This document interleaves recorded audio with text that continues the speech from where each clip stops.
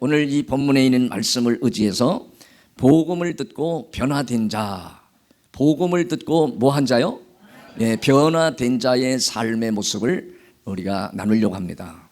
여기 사람들이 복음을 들어도 그 복음에 반응하지 않는 사람들이 얼마나 많이 성경에 나타나는지, 여러분 오늘 이 본문에 있는 말씀을 묵상하다가 사람이 이 세상을 살아가노라 하면 늘 인생 속에 크고 작은 어려움을 늘 만나게 되어 있습니다. 때로는 사람들이 생각지 않았던 크고 작은 어려운 일을 만날 때 거기에서 당황하고 또 심령이 깔아지고 그래서 시험에 빠지는 사람들도 얼마나 많은지 몰라요. 그런데 오늘 이 본문에 나타나는 등장인물을 보면 인생이 어려움을 만나는데 그 어려움을 묵묵히 이겨나고 또 세워지고 새로운 인생의 삶을 살아가는 사람이 있기에 여러분에게 오늘 그 사람을 소개하려고 합니다. 오늘 본문에 등장하는 인물들이 사도 바울이 등장하고, 두 번째는 빌레몬이라고 하는 사람이 등장하고, 세 번째는 오네시모가 등장해요. 그런데 오늘 오네시모는 노예로 살았어요. 노비로. 오늘날 말하면 사찰로 사는 거죠. 한 가정에 예속이 되어서 그 가정을 다 모든 굳은일을 돌보는 사찰로 살았는데, 예전에도 말하면 노예로 종으로 살았는데 주인의 물건을 어떤 걸 훔쳐갔는지는 모르지만 주인의 것을 도적질해서 도망갔다가 아마 걸리게 된 것 같아요. 그래서 로마 감옥에 갇혀 있습니다. 로마 감옥에서 누구를 만나게 되냐면 사도 바울을 만나게 돼요. 그래서 사도 바울을 만나서 감옥에서 뭘 듣게 되냐면 이 십자가의 복음을 그가 듣게 됩니다. 그 십자가의 복음을 듣고 오네시모가 변화가 와요. 사람이 바뀌어지는 거예요.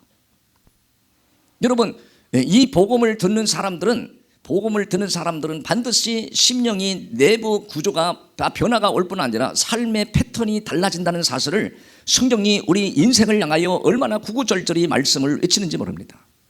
그런데도 우리가 내면적으로 삶에 바뀌어지지 않는 사람들은 여러분 율법적인 사고를 가지고 있으면 평생을 믿어도 여러분 사람이 달라지질 않습니다. 여러분 사도 바울도 예수를 만나기 전에는, 복음을 알기 전에는 그가 율법적으로 성경을 능통한 자였습니다. 성경적으로 능통하고 또 이 율법에 대해서 사도 바울을 따라갈 사람이 없을 만큼 뛰어난 사람, 탁월한 사람이었는데, 그런 탁월한 사람이, 뛰어난 사람이 얼마나 믿는 사람들을 핍박하고 괴롭히고 어려움을 주는지 몰라요. 예수님을 만나고 나서야 본인이 잘못된 걸 자복하고 복음을 받아들이기 시작하면서 이 사도 바울은 일생을 복음을 위해서 헌신하고 순종하고 복음을 전하는 전도자로 살아가게 돼요. 완전히 사람이 바뀐 거죠. 그런데 사도행전 16장에서 보면 여러분 점치는 사람이 있어요. 점을 쳐서 먹고 사는 사람이에요. 이 사람은 자기가 점을 쳐서 먹고 사는 게 아니라 그 또 자기를 다스리는 주인이 있어.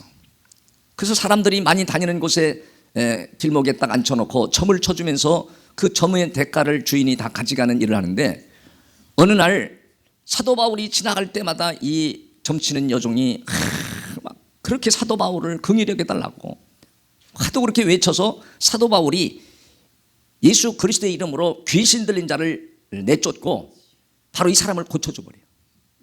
그래서 모함을 받아가지고 감옥에 갇히게 돼버려요. 복음을 전해주고 잘못된 사람을 고쳐줬다가 로마 감옥에 갇히게 되는데, 로마 감옥에 갇히게 된 하나님의 의도와 목적을 그가 알게 된 거예요. 감옥에 가서 누구를 만났냐면 오네시모를 만나게 된 거예요. 그래서 그 감옥에서 복음을 전달해주고 십자가의 복음을 전달해줬더니 이 오네시모가 그 복음을 받아들이고 사람이 변질되었던 사람, 갇혀있던 사람이 진심으로 갇힌 데서 해방이 되고 메인 것에서 풀려지면서 그 심령이 새로워지고 자유를 얻기 시작한 거예요.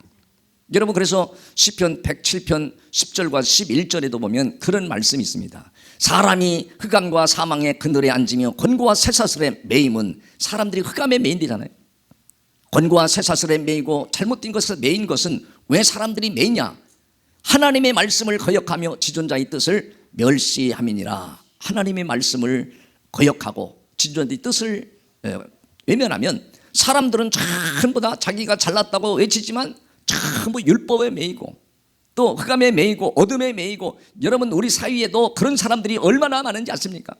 그러니까 우리가 영적으로 들어가고 복음으로 들어가는 것은 사람 한 사람이 어떤 삶을 살고 어떤 구조를 가지고 살아가는지를 영적으로 스크린을 보는 것처럼 환히 보이는 거예요. 얼마나 이 하나님의 말씀이 신비가 있고 놀라운지요. 그래서 여러분 복음을 자꾸 전해주는 거예요. 여러분 이 감옥에 갇혀서 고통을 받고 어려움을 당하는 이 오네시모에게 사도 바울이 감옥에서 복음을 전해줬다가 그가 복음을 듣고 어떻게 변화가 왔는가, 여러분 보겠습니다. 그러니까 우리가 보면 8절에 보면 9절 보겠어요. 9절에 보면 그래서 도리어 사랑으로서 간구하노라. 나이가 많은 나 바울은 지금 또 예수 그리스도를 위하여 뭐 했다고 그래요? 예수 그리스도를 위해서 갇혔대요. 갇혔다는 건 감옥에 있다는 것을 지금 고백하는 겁니다. 그런데 감옥에서 누굴 만났죠? 오네시모를 만났어요. 오네시모를 만나서 10절에 보니까 그렇게 말합니다. 감옥에 갇힌 중에서 낳은 아들, 그러면서 뭐라 그래요? 오네시모를 위하여 내게 간구하노라. 오네시모를 감옥에서 만나서 복음을 듣고, 이 오네시모가 거기서 자복하고 회개하고 새 사람이 되고, 거기에 갇혀있는, 감옥에 실제 현재는 갇혀있지만 진정한 자유와 기쁨을 얻게 됩니다. 그래서 그가 어떻게 변했는가? 여러분 11절에서 보면 그렇게 말합니다. 그가 전에는 어땠어요? 모든 사람에게 무익했다는 거예요. 노예로 살고 종으로 살 때도 어떻게든지 요령을 피고 주인의 것을 어떻게든지 도둑질해서 내가 큰 시대를 이제 종으로 살지 말고 비참하게 살지 말고 어딘가로 도망가야지. 그래서 주인의 물건을 가지고 도망갔다가 감옥에 갇힌 거 아니에요. 그런데 복음을 듣고 나서 그가 전에는 내게 무익하였으나 이제는 그래 뭐라 그래요?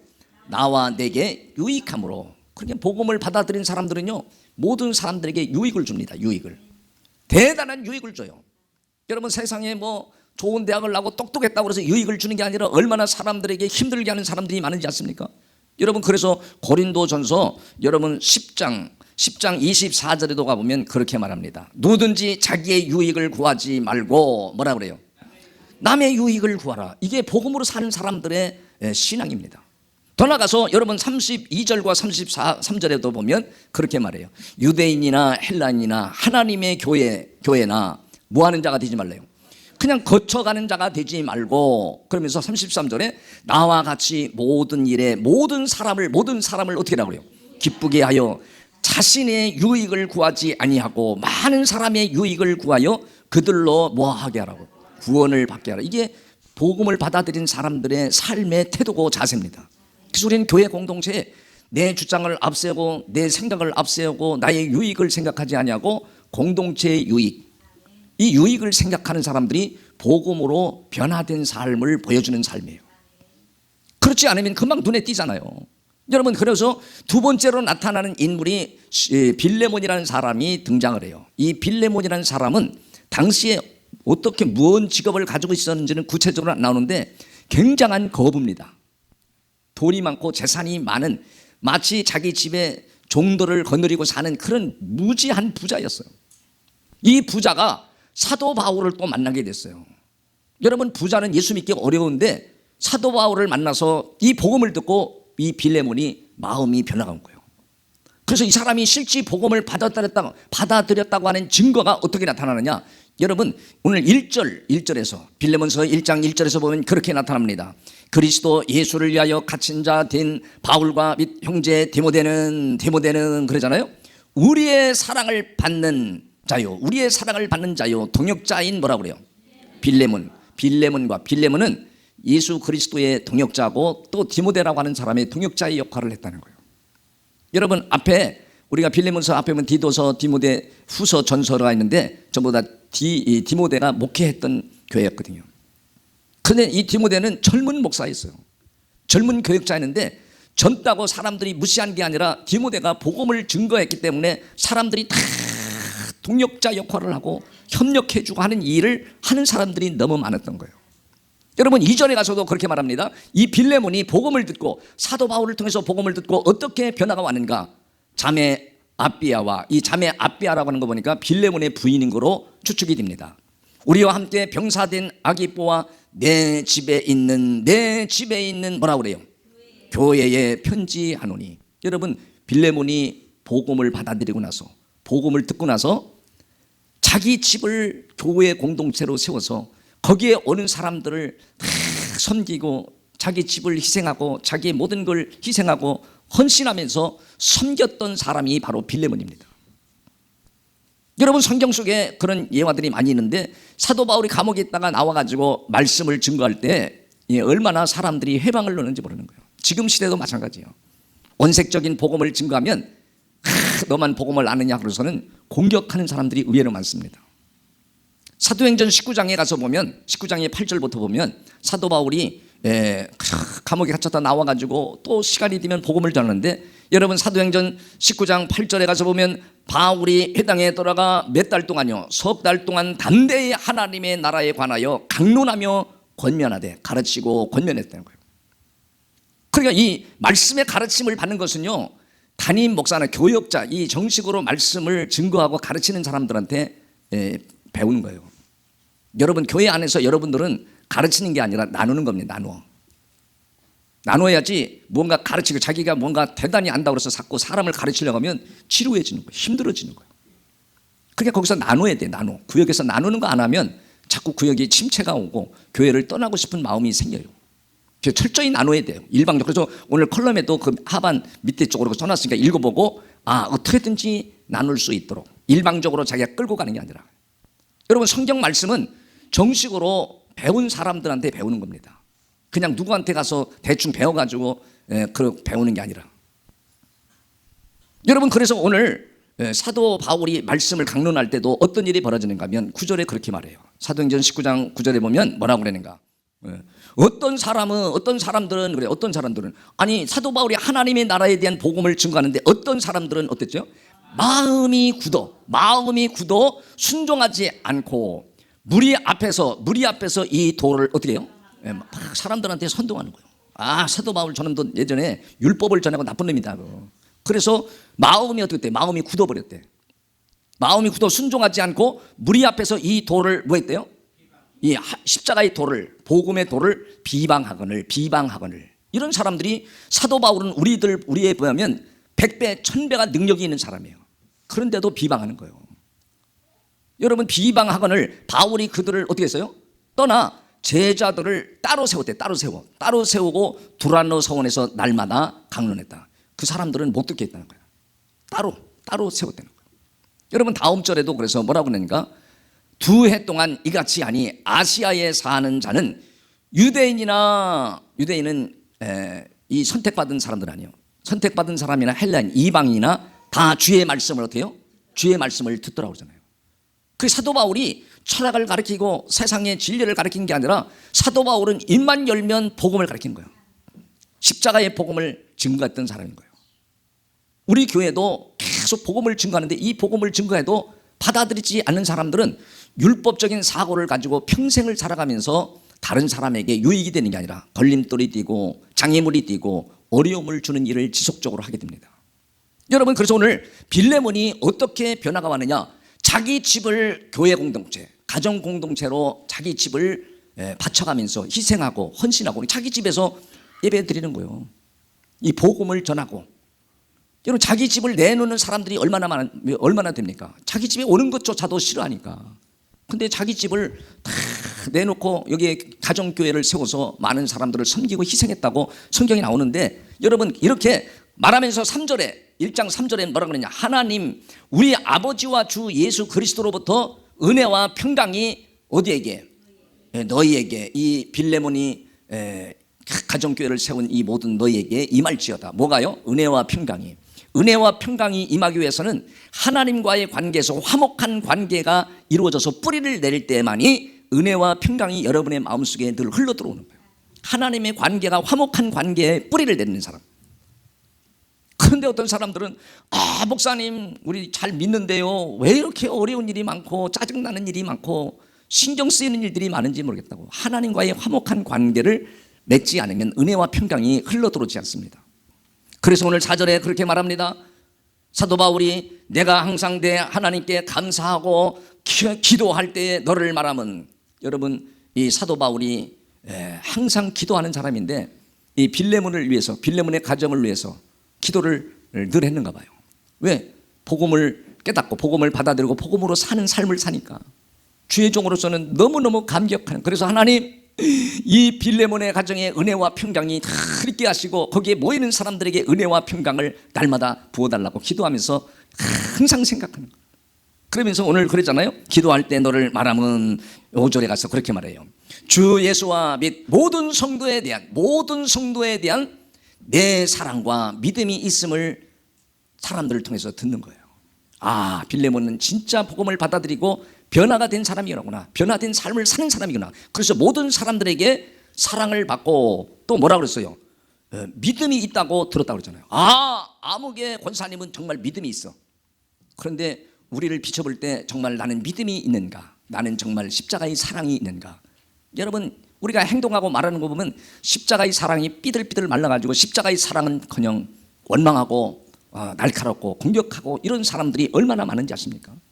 완전히 사람의 마음, 심령을 침몰시켜버립니다. 힘을 쫙쫙 빼버립니다. 그런데 오늘 이 빌레몬은 사람들에게 야, 빌레몬은 복음을 듣고 정말 사랑 있는 사람이다, 믿음이 있는 사람이다, 이렇게 다 알고 있었고 그렇게 들리더래요. 그렇게 들리면서 여러분 6절에는 빌레몬이 복음을 받아들이고 나서 얼마나 확실하게 변화가 왔는가 삶을 통해서 다 나타나고 드러나는 거예요. 여러분 7절에 6절에 보니까 그랬잖아요. 이로써 내 믿음, 빌레몬의 믿음의 교제가 우리 가운데 있는 뭐라고 그래요? 선을 알게 하고 그리스도께 이르도록 역사하느니라. 그리스도로 가까이 가도록, 그리스도에 자꾸 가까워지도록 선을 알게 된다. 선은 바로 우리가 착한 일 하는 것도 일반적으로는 선이라고 그러지만, 좋은 일 하는 것도 선이라고 하지만, 여기서는 복음을 찾고 복음의 교제를 나눈다는 거예요.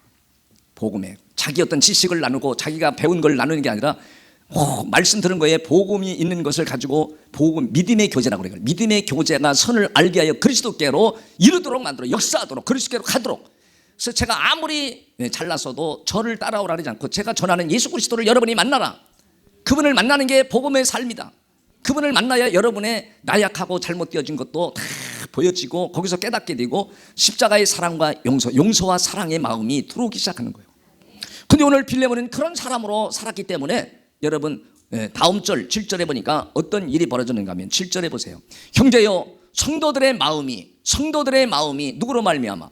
빌레몬으로 말미암아, 당신으로 말미암아, 너로 말미암아 뭘 얻어요? 평안함을 얻었으니. 얼마나 중요한지 아십니까?